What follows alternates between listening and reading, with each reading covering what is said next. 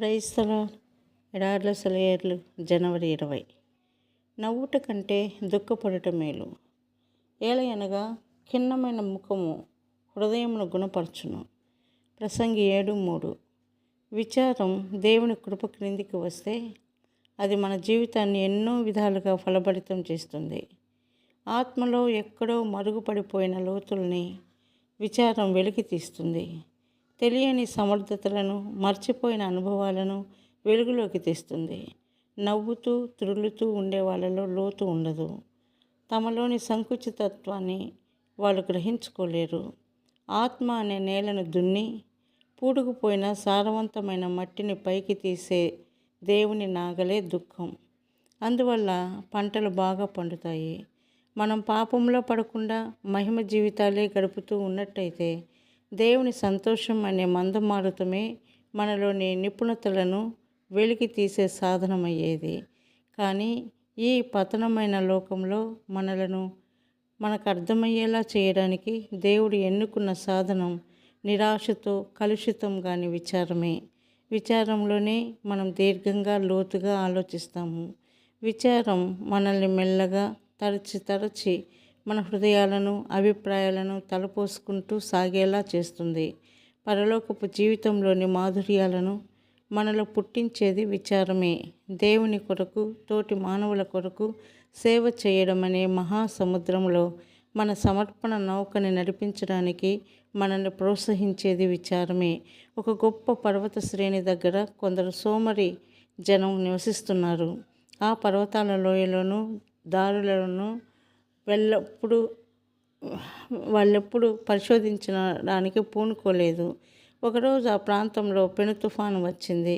వాళ్ళున్న ప్రాంతం మునిగిపోయే ప్రమాదం వచ్చేసరికి తప్పనిసరి వాళ్ళతో పర్వతాల్లోకి వెళ్ళి నివాస స్థలం కోసం వెతకసాగారు. ఆ గాలివానలోనే వాళ్ళకి ఆ పర్వతాల నిండా మంచి గుహలు, పండ్ల చెట్లు, నీటి వాగులు, మానవ నివాసానికి అన్ని సౌకర్యాలున్న ప్రదేశాలు ఎన్నో కనిపించాయి. అప్పటిదాకా వాటిని వృధాగా పోనిచ్చినందుకు వాళ్ళు బాధపడ్డారు. మనం కూడా ఇంతే. మన వ్యక్తిత్వపు యువతలి అంచులో ఏ చలనము లేకుండా ఉంటుంటాము. దుఃఖపు గాలివానలు వచ్చి మనలో అంత శక్తి ఉందని, అంతవరకు మనం ఊహించలేని వ్యక్తిత్వాన్ని మనకి చూపిస్తాయి. దేవుడు ఒక వ్యక్తిని ముక్కలుగా విరగ్గొడితే గాని ఏ గొప్ప పనికి వాడుకోడు.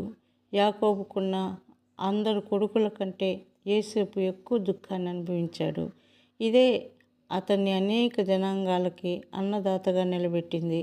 అందుకే పరిశుద్ధాత్మ యాకోబు ద్వారా అతని గురించి ఇలా రచించాడు. యోసేపు ఫలించెడు కొమ్మ, దాని రెమ్మలు గోడ మీదకి ఎక్కి వ్యాపించును. ఆదికాండం 49:22. ఆత్మ విశాలం కావాలంటే దుఃఖం అవసరం. నాగటి చాలు పైకి తెస్తుంది. సారవంతమైన సేంద్రియాన్ని నేర్పింది ఇది నాకు సరికొత్త పాఠాన్ని. ఆకాశం కింద పరుచుకున్న అవినీతలం నా జీవితం, అందులో విరివిగా పండాలి ఫలసాయం. విశ్వాసం, దయ వంటి బంగారు పంట ఎక్కడ పండుతుంది? దుఃఖం నాగలి దున్నిన గుండె పొలంలోనే. దేవుని కష్టాల బడిలో ప్రతి వ్యక్తి, ప్రతి జాతి పాఠాలు నేర్చుకోవాలి. రాత్రి ఎంత బాగుంటుంది, చుక్కలు రాత్రిలే కదా కనిపిస్తాయి అంటాము. అలాగే దుఃఖం ఎంత మంచిది, దుఃఖంలోనే దేవుని ఆదరణ మనకి దొరికేది అనాలి. వరదలు వచ్చి అతని ఇల్లు, అతని జీవనోపాధి సర్వస్వం కొట్టుకుపోయింది. నీళ్ళన్నీ ఇంకిపోయిన తర్వాత దిగాలుగా నిలబడి చూస్తున్నాడు ఆ వ్యక్తి. అంతలో నేలలో పాతుకుని ఏదో మెరుస్తూ కనిపించింది అతనికి. వరద నీళ్లు దానిపైనున్న మట్టిని కడిగేశాయి. బంగారంలా ఉందే అంటూ చూశాడు అతను. బంగారమే. అతన్ని దరిద్రుణ్ణి చేసిన వరదలే అతన్ని ధనికుణ్ణి చేసినాయి. జీవితంలో చాలా సందర్భాలలో ఇలాగే జరుగుతుంది.